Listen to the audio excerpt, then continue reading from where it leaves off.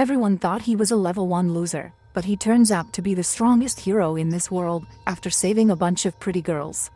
Fleo used to be a normal trader in a fantasy world where people treated demihumans as slaves, but he was built different and treated them with respect, even paying them a fair wage for their work. For this reason the other traders hated him, but one day, while loading goods in his wagon, he suddenly gets transported to a completely new world.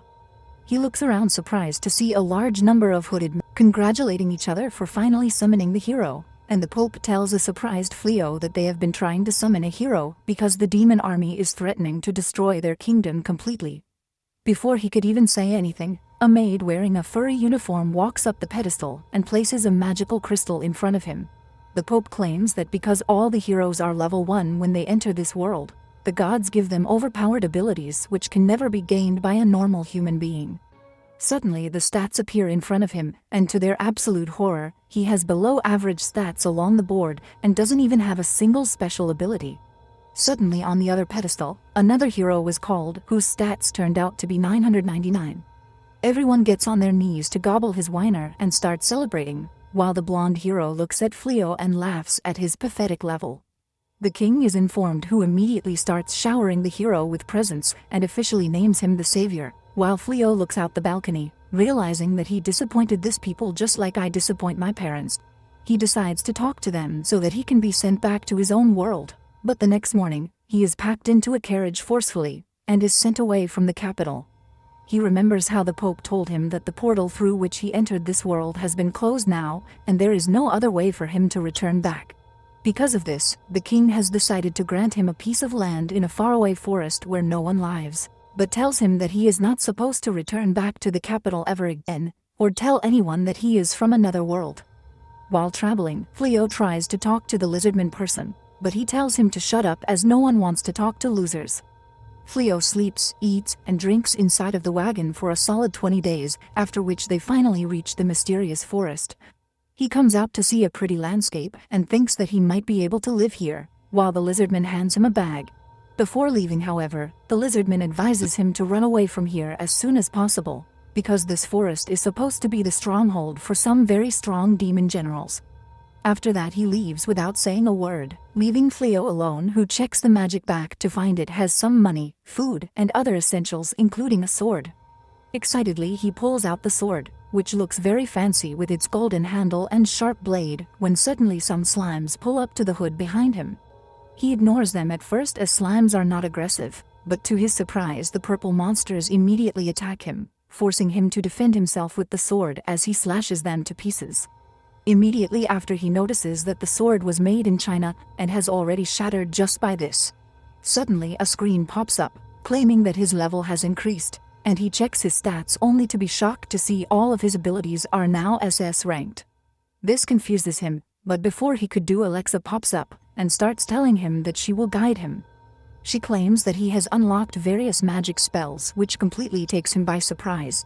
Before he could do anything, she also tells him that the magic bag that he got has a GPS tracker alongside a monster bait, which will make the monsters attack him. This makes him realize that the king sent him here as he wanted him to get killed off in the forest without anyone noticing it.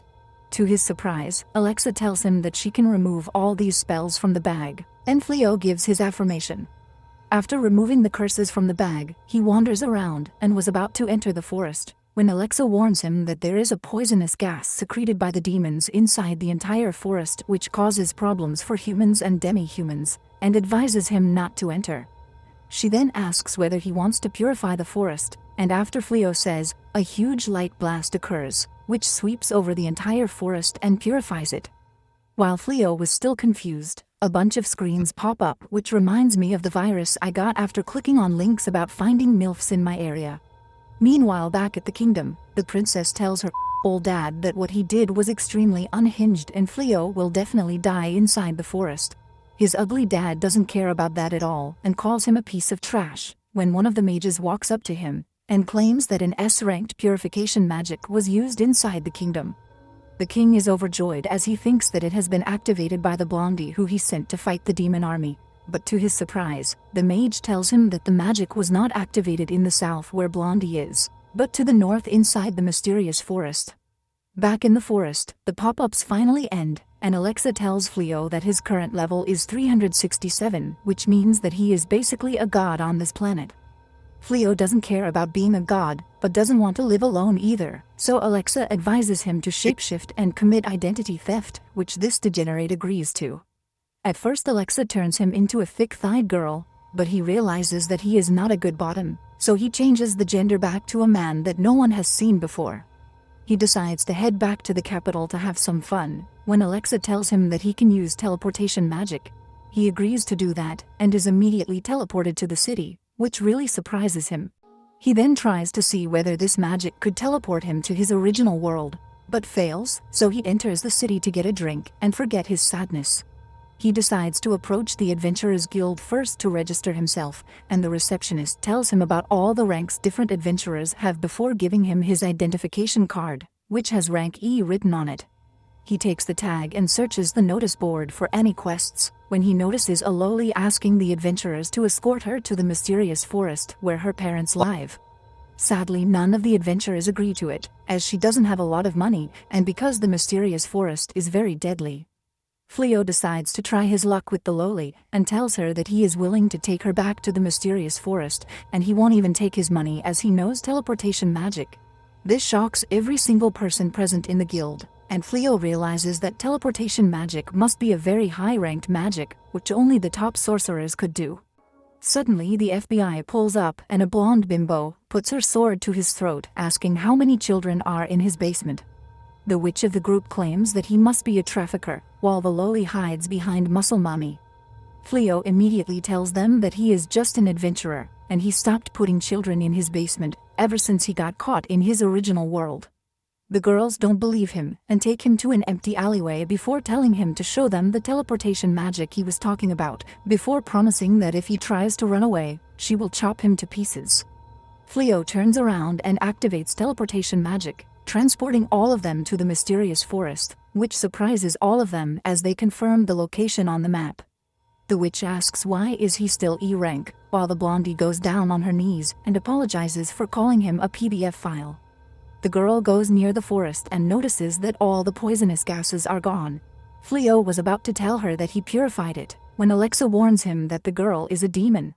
Suddenly, Blondie walks in front of him and draws her sword at the little girl, while Muscle Mommy, the archer and the witch all get ready to attack. Without wasting any time, Blondie tells the lowly to reveal her true colors, and informs Fleo that the guild put up a notice that a mysterious lowly has been trying to lure people to go into the mysterious forest. The archer claims that this forest is the home of a demon general, which makes it highly suspicious, while the blondie keeps pushing her sword towards her, making her cry. Suddenly, the expressions change, and the lowly starts smiling viciously, claiming that they all will die before her fangs grow, and she starts transforming into a demon to everyone's surprise. The lowly turned out to be a huge wolf demon called Fen, who is one of the demon army's 4 generals. She claims that the Demon King sent her to keep an eye on the adventurers, and she can't let anyone know who she is, so they have to die. Immediately, the entire area gets covered with a poisonous gas, while all the girls collapse on the ground in a very weakened state, while Fleo tries to help Blondie up. Fen is surprised to see that Fleo is unaffected, but decides to deal with him later and attacks Blondie, only for Fleo to save her at the last moment. He realizes that he can't run away while protecting all of them, so he tells Alexa to teleport all of the girls back to the capital, which saves their lives.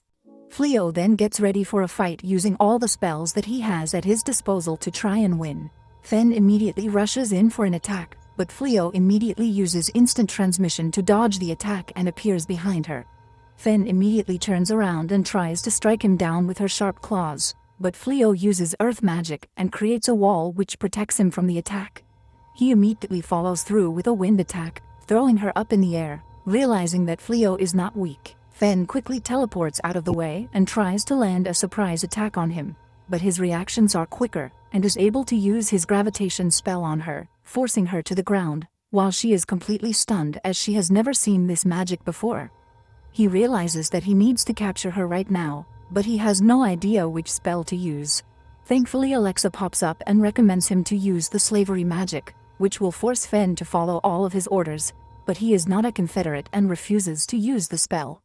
Meanwhile, Fen tries to use a spell to escape, But Alexa nullifies the spell, while telling Fleo to use the slavery spell. He refuses again, while Fen uses the teleportation magic only to fail once again. Fleo struggles with the idea to use a spell to force someone into slavery, as he hated it in the previous world as well, but Alexa tells him that this is the only way.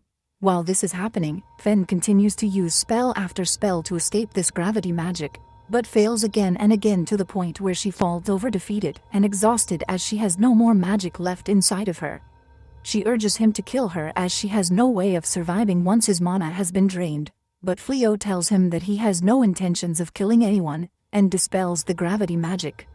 This surprises her as she stands up to face him and claims that she is a demon warrior who has fought against and killed several humans, so why would he let her live? He looks at her gently and responds that it doesn't matter to him whether she is a monster, because he will never attack or kill an enemy who has surrendered already. This surprises her, and she changes back into her human lowly form, but without any clothes. Like a gentleman, Fleo immediately puts his cloak on here and asks her to promise that she won't attack humans for no reason anymore. He then starts looking in his bag for some clothes, when he turns around to see that she has fallen over into a state of deep sleep as her mana is depleted completely. He smiles and puts her in a tent, and by the time evening comes, he lights a fire and starts checking all the different magic spells he has, and remembers how people thought he was lying about being able to use teleportation magic. After a while, Fen finally wakes up and comes out to greet him, asking whether he used healing magic on her to replenish her mana. He smiles and tells her that she is safe, and she replies that it would have been totally valid if she was already dead by now, but because he spared her life, she owes everything she has to him and promises to never hurt humans again without any reason. He smiles and thanks her, but she isn't done and claims that she also owes his life to him, and will act as his slave from now on. He tells her that he doesn't need any slaves, which saddens her, and she grows her claws back, claiming that her life will have no meaning if she can't serve him, and tries to delete herself. Fleo begs her to stop and claims that she can stay with him as long as she wants, which immediately makes her happy.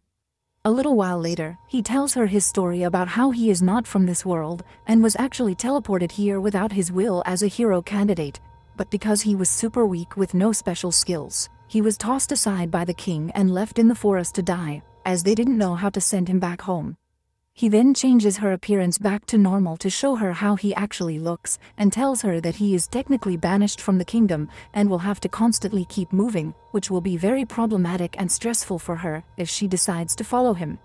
She reassures him that she will stay by his side, no matter what, and pledges her life and loyalty to him, pleading with him to let her stay with him.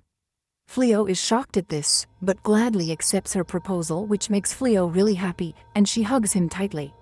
Meanwhile, inside the castle, the hero comes back to report a massive loss against the demon army to the king, and when the king asks how did so many knights get wiped out in a single battle, he starts blaming him for giving him knights that were so weak that they immediately broke rank and started running here and there at the sight of a single demon. He then tells the king to be thankful for the knights that were able to survive because of him, and storms out of the court. Following this, the king turns towards one of the knights and asks what actually happened at the battlefield. The knight paints a totally different story, claiming that the hero was a massive coward and was hiding behind the ranks of the knights even though he was the strongest. Moreover, the moment strong demons started attacking, he decided to run away, while telling the knights to cover his retreat. The king holds his head in disbelief, not knowing how to save his kingdom, while the hero walks back to his chambers, angry at himself for not getting any stronger even after trying so much. The next morning, Fleo takes Fen back into the city, where they walk through the market and decide to act as husband and wife to avoid causing unnecessary suspicion. They soon head out into the Adventurers Guild to get Fen registered so that they can take on some quest and earn money. She soon gets her adventurer's tag, which makes her really happy because it's the same rank that Fleo has. They head over to the notice board to get a quest, when an emergency quest is announced by the receptionist. According to her, a lot of monsters have been seen in the forests near the city, and they seem to be moving towards the town to destroy it. Everyone gets scared, as the monsters being this close to the city means that the hero failed to destroy them. The receptionist also announces that they will pay 10 times the usual amount for each monster killed. Fleo claims that the pay is pretty good, but they should skip fighting these monsters as they sound strong. Fen looks at him confused and tells him that they are no match against him, but he doesn't believe her, claiming that even the hero wasn't able to defeat them. Fen tells him that if he won't come, then she will go alone and kill those monsters, and if she can kill them, then Fleo can kill them as well because he is stronger than her. He agrees, and they teleport towards the forest where they find an empty house which the guild has set up as their base. They were about to go in when they hear a scream from the other direction, and immediately head towards it, only to find the same group of girls that Fleo saved before.